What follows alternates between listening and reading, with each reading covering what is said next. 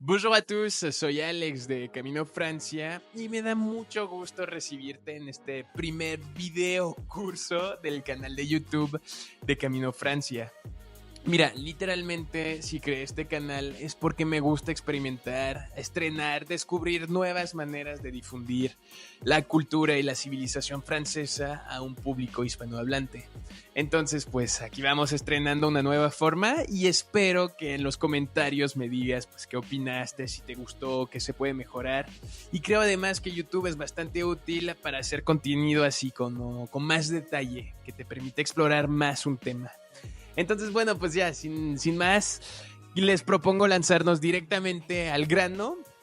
Y hoy les propongo hablar de una de las figuras históricas más importantes de la historia francesa, una de las top 3 personas que tuvo un mayor impacto en nuestra historia, y lo más interesante es que es una mujer. Entonces, veamos de qué vamos a hablar hoy, o de quién, mejor dicho. Les voy a poner un poquito de contexto. Estamos en 1420. Ahí en esa época Francia, en menos de 100 años, tuvo que sobrevivir a una guerra civil, a la peste negra que mató a uno de cada dos franceses. Tuvo que sobrevivir a una guerra que ya lleva más de 100 años, o sea, en 1420 está por cumplir 100 años de guerra contra Inglaterra. Entonces ustedes me dirán, pero bueno, ¿cómo va Francia? Podemos decir de forma objetiva que no va tan bien. O sea, bueno, perdón, lo formulé muy mal. Esa pregunta ya no aplica porque en realidad en 1420 Francia ya no existe. Si se fijan en este mapa de la época, toda la parte amarilla, ahí donde dice Bretagne al oeste, o ahí en el mero sur, pegadito a Castilla, dice Béarn, esas regiones en aquel entonces siguen siendo independientes, no son Francia. También la parte morada, ahí donde está Bordeaux, en el suroeste, y toda la parte del norte, que también abarca París, toda esa zona está bajo control inglés. Y además está la parte verde, y esa parte es la región de Borgoña, o bien las regiones bajo control de Borgoña. Pero lo peor en ese caso es que los duques de Borgoña están aliados a los ingleses. Entonces, formulé muy mal mi pregunta, porque no se puede decir cómo va Francia en aquel entonces. En realidad, en 1420, Francia ya no existe. Si se fijan, ahí toda la parte de azul del centro del país, que apenas representa ni siquiera un tercio de lo que es hoy en día Francia, eso sigue siendo así como la zona independiente de Francia. Pero como si se fijan en el centro, dice Royaume de Bourges. Ya ni siquiera se habla de Francia, se habla del reino de Bourges. Entonces, le seguimos. Como lo entendieron, Francia está viviendo uno de sus tiempos más complicados. Y además, como lo pueden ver ahí en ese árbol genealógico, el rey de Francia, Carlos VI, casado con Isabel de Baviera, tuvo una hija. Y esa hija se casó con Enrique de Inglaterra. Y en el Tratado de Troya que firmaron en 1420 el rey de Francia y el rey inglés, pues se aprobó la idea de que el futuro hijo del rey de Inglaterra y de la hija del rey de Francia sería rey de Francia e Inglaterra. El problema es que en la Edad Media los que, los que gobernaban eran los hombres. Y fíjense que Carlos VI tenía un hijo, Carlos VII, que obviamente pues se preguntó, pues, ¿qué pasó con mi herencia? Como se lo pueden imaginar. Y lo peor va a suceder menos de un año después, porque Enrique VI, hijo del rey de Inglaterra, nace el 6 de diciembre de 1421.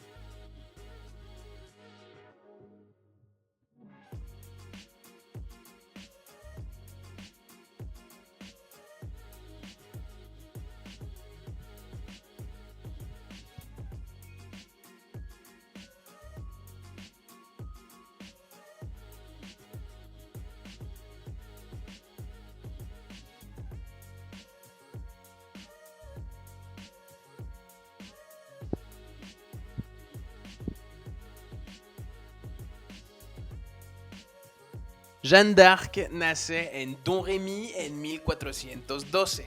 Domremy es una ciudad que está bajo el control de los borgoñones al este de Francia. Es de tradición católica y cuando era jovencita, cuando era adolescente, escucha voces mientras está trabajando en el campo. Pero no cualquier voces. De repente le habló San Miguel y le encomienda de liberar a Francia de los ingleses. San Miguel ya quiere que Francia esté gobernada por franceses, pues. Entonces, en 1429, después de haber ayudado al duque de Lorena, que estaba muy enfermo, pues ese señor se comprometió con ella y le dijo, si me salvas, yo te doy una pequeña escolta para llevarte con el rey. Tiene que cumplir, cumple, y entonces Jeanne d'Arc, a apenas 17 años de edad, ya está camino rumbo a ir con el rey Carlos VII. Y el 25 de febrero de 1429, en Chinon, entonces recuerden en el mapa, en la zona azul, se encuentra Jeanne d'Arc con el rey de Francia, Carlos VII. Y entonces Jeanne d'Arc le promete 3 cosas. Veamos cuáles. Entonces, 3 promesas de Jeanne d'Arc que cambiarán a Francia para siempre, como lo van a ver ahora. Primeramente, la liberación de la ciudad de Orléans. Y es una ciudad muy importante porque está sobre el río Loire. Y el río Loire era literalmente la autopista de Francia en aquel entonces. Todas las mercancías pasaban por el río Loire porque pues ese río atraviesa gran parte de Francia. Y los ingleses lo tienen bajo control porque tienen esa ciudad. Otra cosa, la tradición francesa es que el rey fuera coronado en la ciudad de Reims, que se encuentra otra vez en el este de Francia, ahí en una zona pues bajo control borgoñón. Y el rey de Francia, pues por ahora nomás es rey de Bourges, de ese mini territorio azul. Entonces, pues también podría ser una buena promesa con la cual cumplir. Y para terminar, obviamente la liberación de París. O sea, ¿qué sería Francia sin París, sin su capital? Entonces, vamos a ver ahora si logrará cumplir con esas 3 promesas. Entonces, el 8 de mayo de 1429 ella llega a las puertas de Orléans. ¿Piensan que va a lograrlo? Obviamente. Ahora no cabe duda de que realmente está enviada por Dios. Y gana el apodo de la Pucelle d'Orléans. Pucelle es sinónimo de virgen, como la Virgen María. Entonces ahí demostró que su fe le permitió liberar a la ciudad y por eso se gana ese título. Pero tienen que imaginar que Jeanne d'Arc en ese momento era una badass así medieval. Porque recuerden, en la Edad Media las mujeres pues obviamente no tenían derecho de montar a caballo. No podían vestirse como hombres. No podían tomar las armas. No podían ir a la guerra. Y no podían tomar el mando de tropas, obviamente. Pues a Jeanne d'Arc no le importó todas esas cosas prohibidas. Y cumplió con liberar Orléans como se lo había dicho al rey. Entonces, le seguimos. Algunos meses después, el 17 de julio de 1429, pues toca coronar al rey en Reims. ¿Piensan ustedes que lo logró? Obviamente. Entonces, ese mismo día se corona el rey en la Catedral de Reims, como casi todos sus antepasados, como lo requiere la tradición francesa. Hoy en día Jeanne d'Arc es sinceramente considerada como un gran símbolo feminista y de que las mujeres pueden hacer lo mismo como que los hombres y hasta mejor como ella lo logró. Y todo eso a apenas 17 años. O sea, si esa Jeanne d'Arc tiene un perfil extremadamente peculiar y que pues sí seguimos admirando hoy en día. Y 8 de septiembre, si se acuerdan de las 3 promesas, pues ya toca la tercera. Y esa era liberar París. Pero tristemente, en ese caso no logró cumplir. Ya que bajo las murallas de París, la Jeanne d'Arc recibe una flecha en la pierna, es herida. Y pues los hombres que estaban peleando con ella como que se desmotivan cuando ven que su líder, así casi una imagen de la Virgen que está con ellos, está herida. pues pierden así como su aptitud a combatir y finalmente no logran tomar París. Y tristemente es capturada por los borgoñones. Y si se acuerdan, los borgoñones, ¿de quiénes son aliados? Pues de los ingleses. Entonces ya se pueden imaginar que los ingleses no estaban muy felices con las hazañas que había cumplido Jeanne d'Arc. Entonces, bueno, ahí les puse de broma, el obispo cerdo la acusa de los peores crímenes. Pero el obispo cerdo es una broma en Francia, porque en realidad el obispo que juzgó a Juana de Arco se llamaba l'évêque Cochon. Cochon, traducido literalmente, es cerdo. Y bueno, quiero pensar que sí tenía un apellido correcto cuando verán con qué acusó a Jeanne d'Arc. Entonces, la acusó de los peores crímenes. Para empezar, vestirse como un hombre. Imaginen. Uy, no, qué terrible acusación. Otra, montar a caballo. Llevar un arma. O sea, ¿cómo una mujer puede atreverse a cometer tales crímenes? Y ustedes escuchan mi tono sarcástico, pero les garantizo que esa era parte de la acusación de Juana de Arco. Y obviamente la peor de todas, ser una falsa profeta. En tiempos medievales, esos eran temas que se tomaban muy en serio. Entonces, ¿cuáles son? Veamos un poquito la situación de Carlos VII, el nuevo rey de Francia. Entonces, Carlos VII en ese caso tiene dos opciones. La primera, hacer todo lo posible para salvar a la mujer a quien debe absolutamente todo. La misma mujer que salvó a Francia. Opción B, no hacer absolutamente nada. Y creo que ya entendieron cuál fue su decisión final, porque no hizo nada. ¿Y qué va a pasar con Jeanne d'Arc? Pues se lo pueden imaginar, ser mujer, cometer tantos crímenes y además pues reivindicarse como escuchando la palabra de San Miguel, pues esas son acusaciones muy graves. Y finalmente, el 31 de mayo de 1431 es quemada viva en la ciudad de Rouen. Rouen siendo la capital de Normandía y una de las principales ciudades bajo control inglés, pero en territorio francés. Y fallecerá a los 19 años. La epopeya de Jeanne d'Arc literalmente no duró más de un año. Fue algo muy corto y que sin embargo transformó la vida y el destino de Francia. Entonces vamos a ver el porqué. ¿Cuál es el legado de Jeanne d'Arc?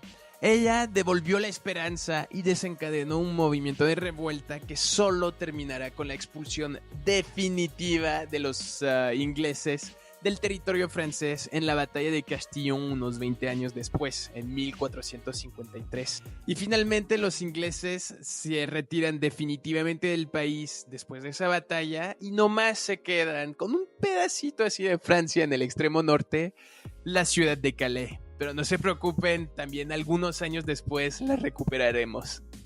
Entonces, ya en 1456, el rey Carlos VII, recuerda el que le debía toda a Juana de Arco, finalmente solicita un nuevo juicio que declara la condena de Juana como nula y sin fundamento. Algunos siglos después, en 1909, finalmente es beatificada y en 1920 incluso es canonizada. Y eso significa que se convierte en la segunda santa patrona de Francia después de la Virgen María. Y obviamente pues ya vieron, con ese impacto enorme que tuvo Juana de Arco en la historia de Francia, pues hoy en día seguimos celebrándola como una gran heroína y todos los 30 de mayo, la fecha de su muerte, en la ciudad de Orléans, la que liberó, se celebran las Fêtes Joanniques, o más bien las fiestas joánicas del nombre de Juana de Arco. Y miren, ahí les va un pequeño fragmento de lo que son esas fiestas en la ciudad de Orléans. Cada año se escoge a una adolescente que se disfraza de Juana de Arco y se hacen grandes procesiones por toda la ciudad de Orléans al estilo medieval. Es algo muy bonito. Entonces, para concluir, para terminar, sin ella, actualmente yo les estaría hablando inglés y no francés, para darles una idea de ese impacto que tuvo ella. Y como se los mencioné al principio, eso es lo que van a ver ahora, es un top personal, pero en mi opinión y en la de muchos más franceses, ella sí merece estar en el top 3 de los que tuvieron mayor impacto en nuestro país. La puse en tercer lugar, en segundo lugar está Charles de Gaulle, y creo que ya pueden imaginar quién está en el primero. Obviamente tenía que ser Napoleón. Bueno, pues eso es todo para este curso acerca de Juana de Arco. Díganme por favor en comentarios qué opinaron, si les gusta ese formato, cómo se puede mejorar. Y pues yo muy feliz de ver lo que ustedes opinan, porque pues obviamente la idea, como ya se los mencioné, es de siempre ir mejorando. Y también estoy considerando usar este canal de YouTube pues para darles otras clasecitas así de civilización francesa. Y también fueron muchísimos en Instagram en pedirme así las press reviews acerca de la actualidad de Francia. Y yo creo que YouTube es una muy buena herramienta para presentarles pues los acontecimientos recientes que estamos viviendo en mi querido país. Entonces pues ya se la saben, síganme, denle follow, comentario, compartan y espero les haya gustado mucho y nos vemos muy pronto en Camino Francia. A bientôt.